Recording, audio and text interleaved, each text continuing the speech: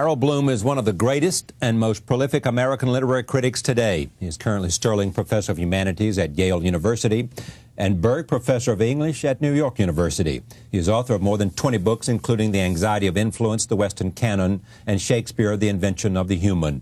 In his most recent book, How to Read and Why, he stresses the importance of reading as a form of personal pleasure and essential to the discovery of self.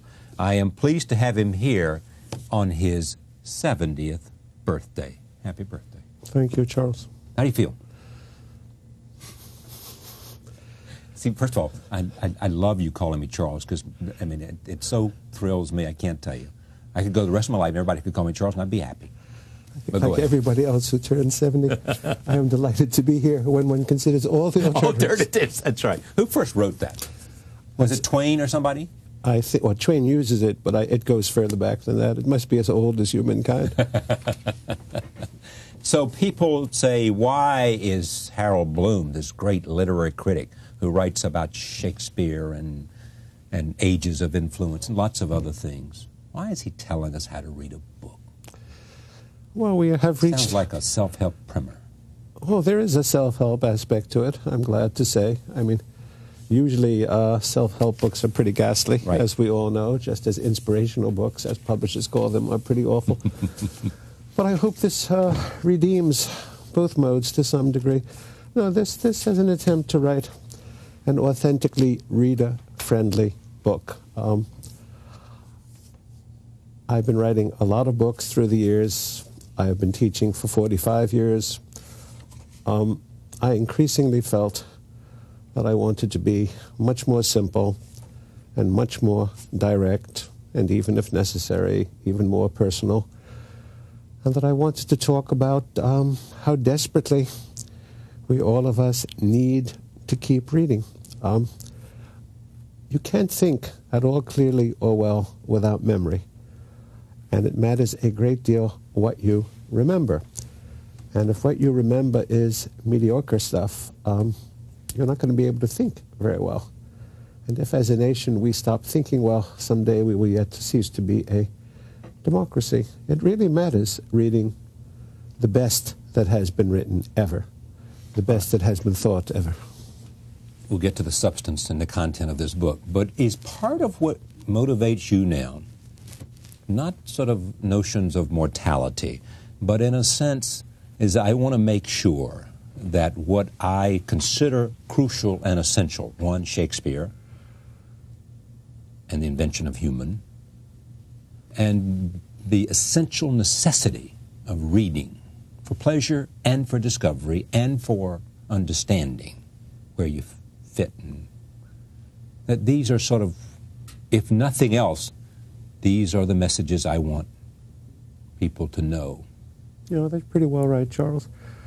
One can teach, you can teach for 45 years as I have, and I hope I will teach another 15 or whatever, but you can teach in the end face-to-face only a certain number of students. Maybe by now, in my case, it must be 30, 35,000 students, but that still has its limitations, yet one has a drive to teach, and one wants to teach people how to immerse themselves in the best books, not in mediocre books, not in books that are chosen because they represent one group or another, and I don't want to get into the cultural politics of that because I have now limped off so many cultural battlefields that I increasingly feel like my hero Sir John Falstaff, who is very glad indeed to get out of the Battle of Shrewsbury alive. So I also...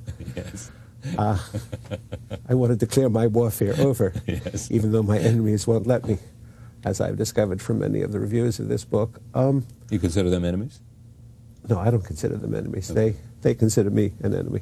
They have, I think, a mistaken notion of me. You can argue passionately that no one in the end is benefited by mediocrity, whatever the source of that mediocrity is. And people are bound to misunderstand you. And I have found myself very badly misunderstood. But, you know, it frequently amazes me, Charles. We would not buy a table like this one, no matter what the origin of the person who had made it, no matter what the, shall we say, sexual orientation of the person who had made it, no matter what the ethnic background of that person, if it was so badly made that as soon as it was delivered to us, the legs fell off. But I can't understand colleagues or ex-colleagues who, in effect, take a book, a novel, a poem, a play, a story, which is so badly written, so badly made, so badly thought that it's the equivalent of the legs coming off this table, and say, its social utility more than justifies it because it represents voices not previously heard. That's not how you represent voices not previously heard. But here I am on a subject that I have vowed to get off. Okay. So tell me why it was important to write this book.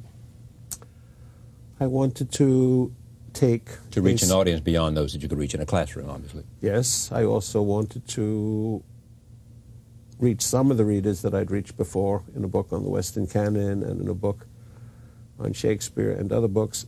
But I wanted to do it without polemic as much as possible, even though I seem to be trapped to some degree in having by now a somewhat polemical nature, though I'm not happy about that. I would like to be different. Maybe a little hard at 70 to become different.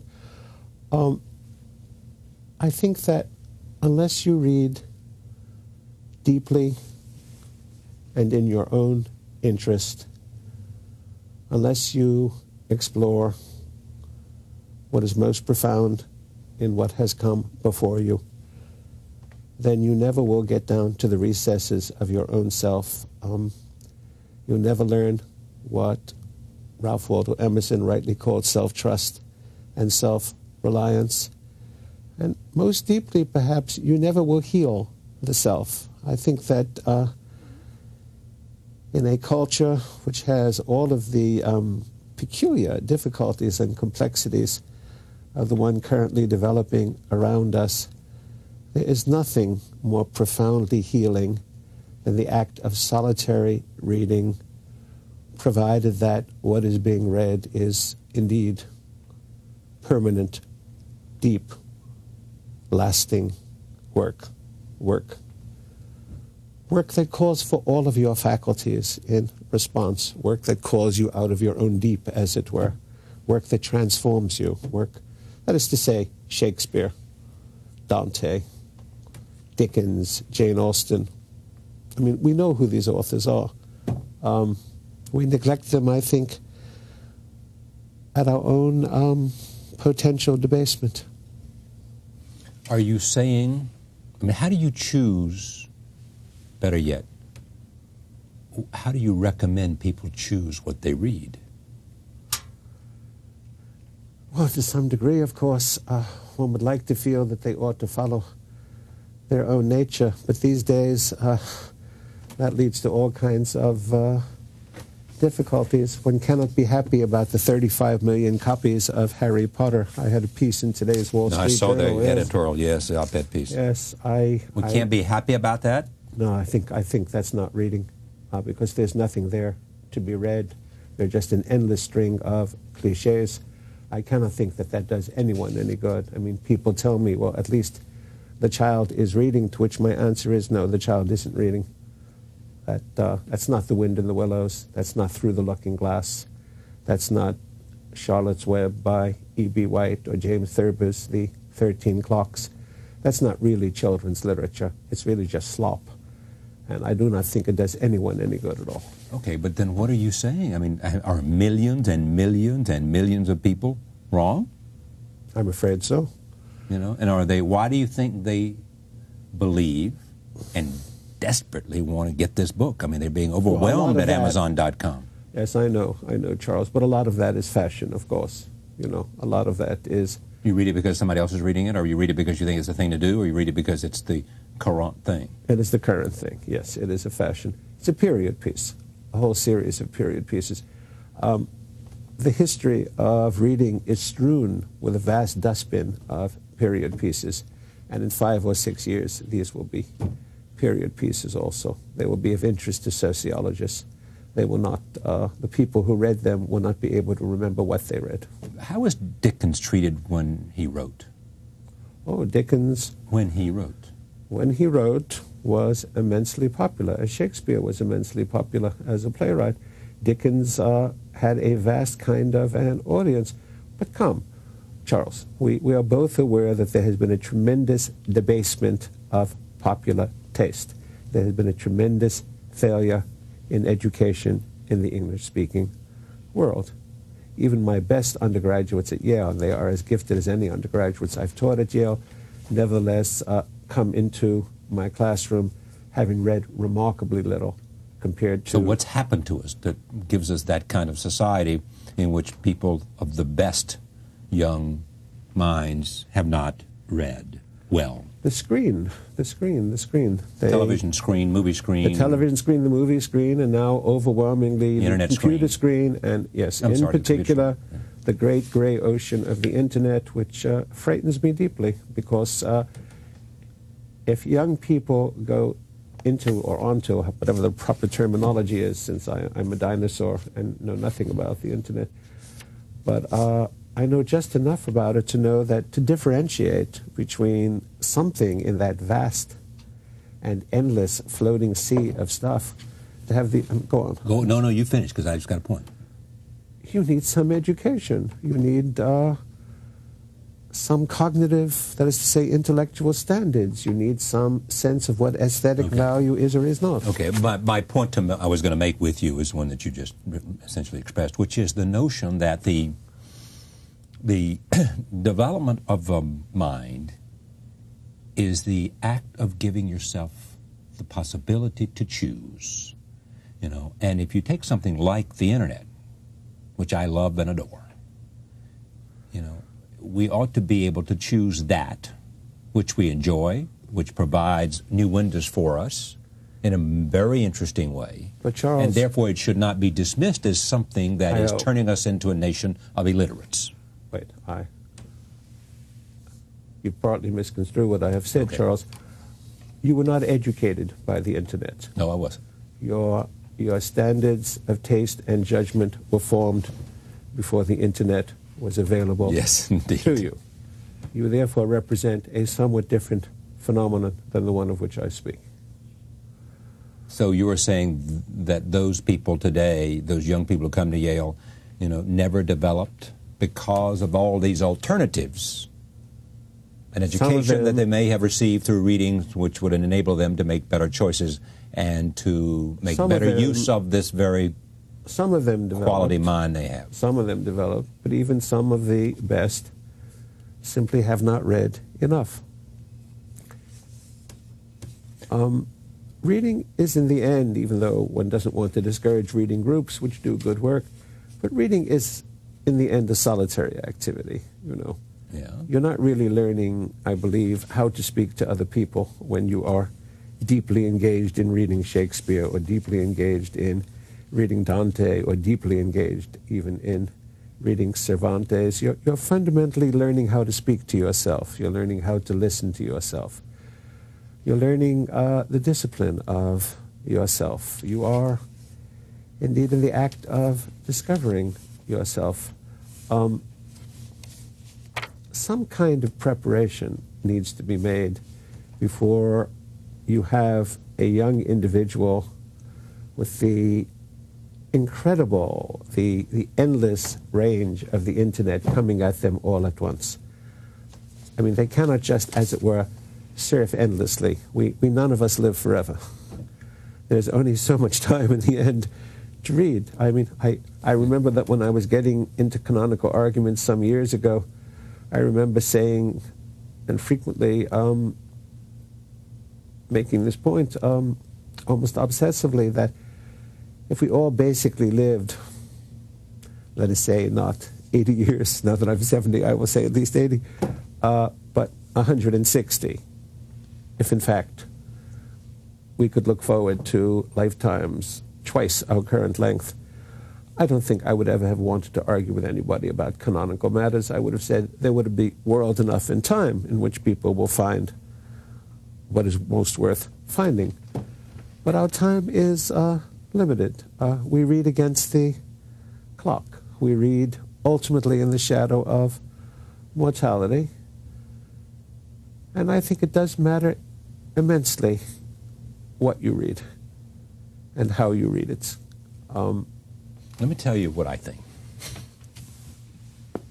I think it is the incumbents of people like you, and why you write this book, and teachers, to be able to break through, and I'm a romantic, as you know, and a dreamer, as you know, to be able to break through and open, by the quality of their teaching and the quality of their understanding, open these minds up to the richness of what you want to pour this best of civilizations into. I really do. I mean, I think it's incumbent on the way those of us in a position to teach, to instruct, to have that exposition, crucial that we be creative in opening it up. And I think that's what this is about. But you can't be pedantic, and you can't be... Oh, I have been accused of many things, but not pedantic. I know, but I'm not accusing you of anything. I'm just saying, do you agree with me or not agree with me? No, I agree with you. You think you do? I think, well, there's an idealism in what you're saying. Of course. And I am moved by idealism and have some residual idealism in myself. But I think there are enormous obstacles now. I think that the tyranny of the visual is a frightening thing. That could be the title of your next book. No, I don't think so. The Tyranny of the Visual. No, I'm writing a book called Genius and Genius because I figure the next step is to defend the idea of individual genius itself and of potential genius. Why is it under attack? Oh, I think it's absurdly pushed aside. The idea of individual genius is absurdly pushed aside? I mean, don't we pay respect to that every day? The idea of individual genius? Perhaps the public to some degree does. Oh. The universities have long since, I think, abandoned it and explained it away on the basis of one historical factor or another. Explained it away meaning what? Saying that Shakespeare is the product of certain historical forces, as it were. Yeah. Though this is not a very good explanation on their part, because then one wants to know why Thomas Middleton or some other contemporary of Shakespeare, John Fletcher or Francis Beaumont, was not beneficiary of the same kind of historical forces. Yes, was not equally, right, historically benefited. All right, let's come back to this book only because I think it's terrific. What's in here? Well, I mean, necessarily, you have divided this along the same. You've got prologue. Go ahead. You tell me. Well, there's a prologue called "Why Read," right, and there's an epilogue about the whole question of why we choose to go on working after a certain point. Because I was brooding very hard on the fact that Shakespeare seems to have given up, which fascinates me. In the last 3 years of his life, he just stopped. Stopped writing. After The Two Noble Kinsmen, he could have gone on writing more plays. He did not do so. And why he did not is a fascinating question for surmise. But no, well, why do you think? I think he was ill. Even though many scholars disagree with me, I think he may well have been a syphilitic. I think also there had probably been a great deal of personal disillusionment, high romantic as this may sound, but also I think there must have been a feeling that he had reached his limits, that you couldn't really do what he wanted to do in a theater, and yet he wasn't about to go on to some other mode.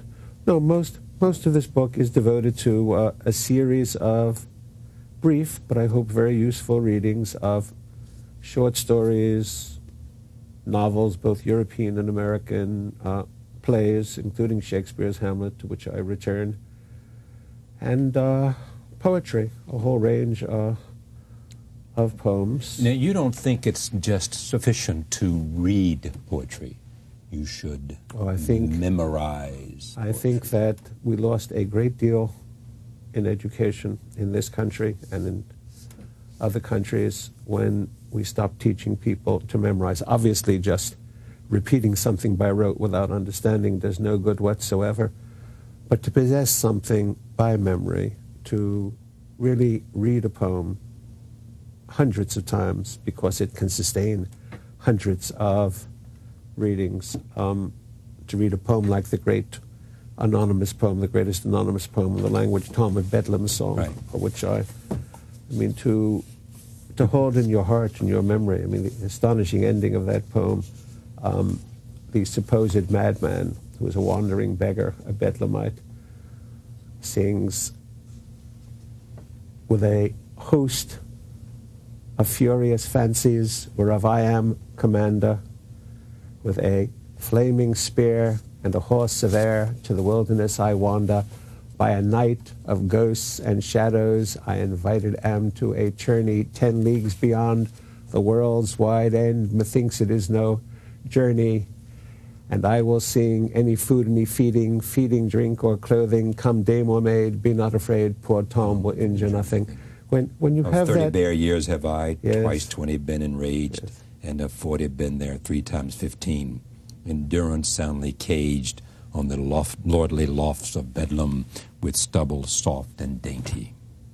Brave bracelet strong, sweet whips ding-dong, with wholesome hunger plenty.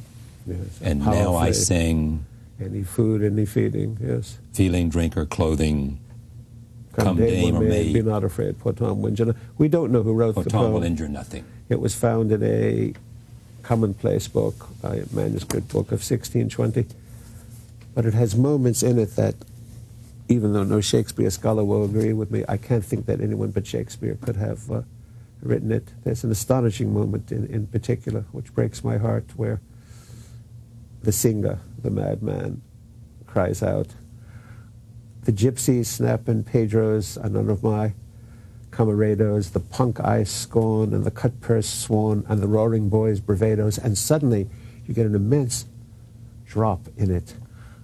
The meek, the white, the gentle, me handle, touch, and spare not. But those that cross, Tom Rhinoceros doeth a panther, dare not.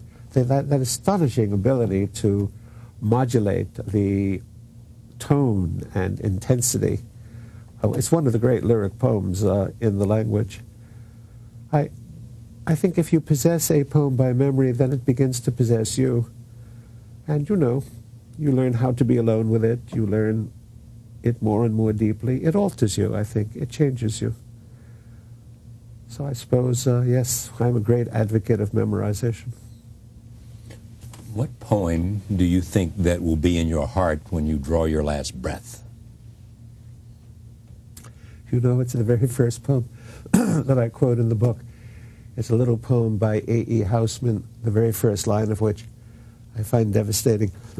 Into my heart an air, A-I-R, into my heart an air that kills.